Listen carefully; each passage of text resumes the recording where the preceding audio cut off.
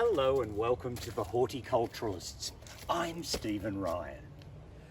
And I'm Matthew Lucas. Welcome to our channel. We do post every week, so hit subscribe if that's of interest. And if you're new to our channel, this isn't the usual format, but we are still in Melbourne's endless lockdown. So until that ends, Stephen is in his garden and I'm in my back courtyard waiting for the roller doors to go up on life.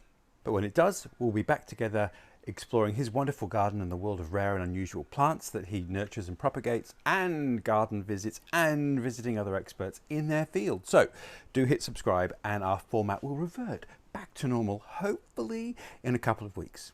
So this week on the Horticulturalists, we are going to take a wander down Stephen's driveway, which is really beautiful, and it's the first point of entry to his garden. And it is stunning. Whenever I drive in, it's constantly changing and it's really beautiful. Unfortunately, right now it's looking amazing and I can't be there. But Stephen is going to take us through this border, which has a colour theme, which resonates with me, but we'll get to that. And what is interesting is how Stephen uses the sculptural nature of the plants and their foliage, either in spring or in autumn, and their flowers to create different textures throughout the border. Really interesting and ever-changing. One of the many things I've learned from Stephen Ryan is you gotta be ruthless. If it's not working or you don't like it, it's out of the pool. And all the plants and videos that Stephen mentions, I will link below so you can see exactly what he's talking about. So without further ado, let us go and walk amongst Stephen's lime and yellow border and see just how he did it. Some of our viewers wanted to see some more of my garden, and I don't need any more excuse than that. But what I thought we might do is have a look at a section of the garden and analyse it. Look at the plants that are growing there, why I've planted them, what they do, how they work together, and how they make a dynamic whole. But I need to start off with a couple of provisos. One is, of course, that it's my garden, and these are plants that are to my taste, so they may or may not suit you. The other thing I need to say is, of course, that I'm working within my climate. So I'm picking on plants that I feel that will work for me. Your climate might be quite different. So the idea is that you might be able to take some of these plants I'm using and find something that will do the same sort of job in your own garden. This part of the garden is quite dynamic and it changes dramatically throughout the year. And that's always a challenge. If you've got static plants that look much the same all year round, you create a set piece, but it doesn't really excite. So all of the plants here have their season. They come and go throughout the year, but I want it to be attractive all year round. So it is about getting the right plants to fill the gaps when other things have finished their job. Now the first plant I wanted to talk about is this one here right next to my leg. This is gold-leafed cow parsley, Anthriscus sylvestris golden fleece. Now, it's a perennial, it's a self-seeder, so it tends to pop up in odd spots around the garden. And I leave the ones that come up where I want them, and I remove the ones that come up in the wrong spot.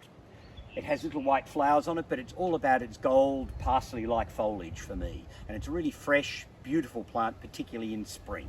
As you go along the border, you'll come to a plant we mentioned earlier in one of our other videos, and this is the giant fennel, Ferula COMMUNIS. And I'm sure we'll put a link onto the original one that we talk about this plant in depth. But it's another plant that works well for winter and through into spring. And at the moment, it's a mound of wonderful dark green filigreed foliage, and it's got its spikes of yellow fennel-like flowers on it. And it makes a really, really interesting textural plant. But it does disappear in the summer, so therein could be a problem. It could leave a great big gap. One of the most spectacular components of this border, and we have talked about this group of plants before and we'll link you to that particular video, is this bamboo. This is Phyllostachys vivax Aureocaulis, and it's a wonderful gold stem bamboo. I clean off the lower branches to expose its trunks, and it's a permanent feature in this border, giving that wonderful gold colour 12 months of the year. To my right is a Japanese maple. Now, I selected this particular one because it has lovely pale yellowish foliage in the spring. It's somewhat inappropriately called Acer palmatum orange dream, and I think somebody might have been dreaming to have named it that. And right behind me is the weeping hornbeam, which eventually is going to make a wonderful weeping fountain. It also has a lovely soft green in the summer, and of course in the autumn it goes a bright golden colour, so it keeps the gold and green sort of effect going through this border. Now, as the Ferula goes down and the Anthriscus goes down, this border becomes a massive ground cover Clematis, a Clematis called Clematis Mrs. Robert Brydon. and it has pale icy blue flowers that go really well with the summer flowering buddleia that is also in this border. I'm always refining these borders, so they never stop, so I'm always looking for plants to add to them.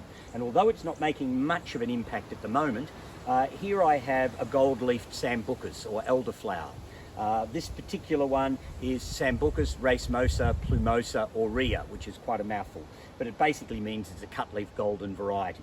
And eventually it will get itself up to around about the 1.5 meters, 2 meters, and it will make a lovely complement to the Japanese maple, the bamboo behind me, and the golden-leafed cow parsley.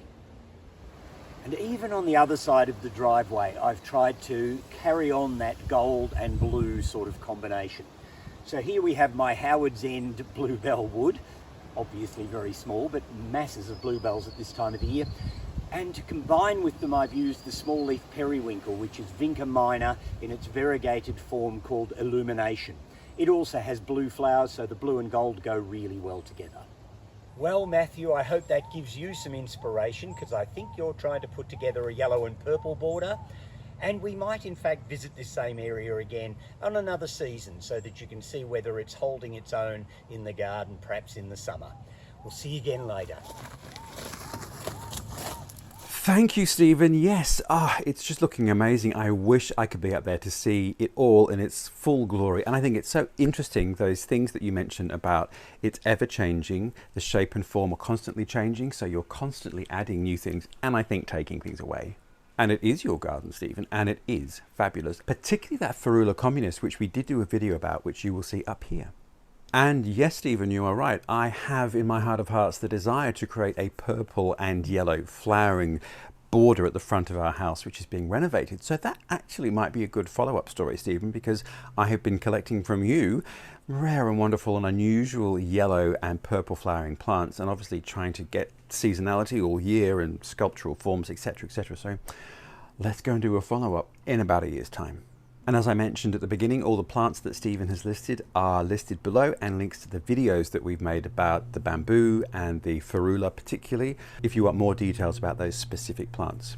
Do feel free to leave comments and questions for Stephen below. He is the guru and will answer everything. I won't, I'll just send smiley emojis. And from Stephen and Howard's End and me, locked down in Melbourne, thank you very much for watching, and we look forward to seeing you next week when Stephen is going to take us on another solo adventure.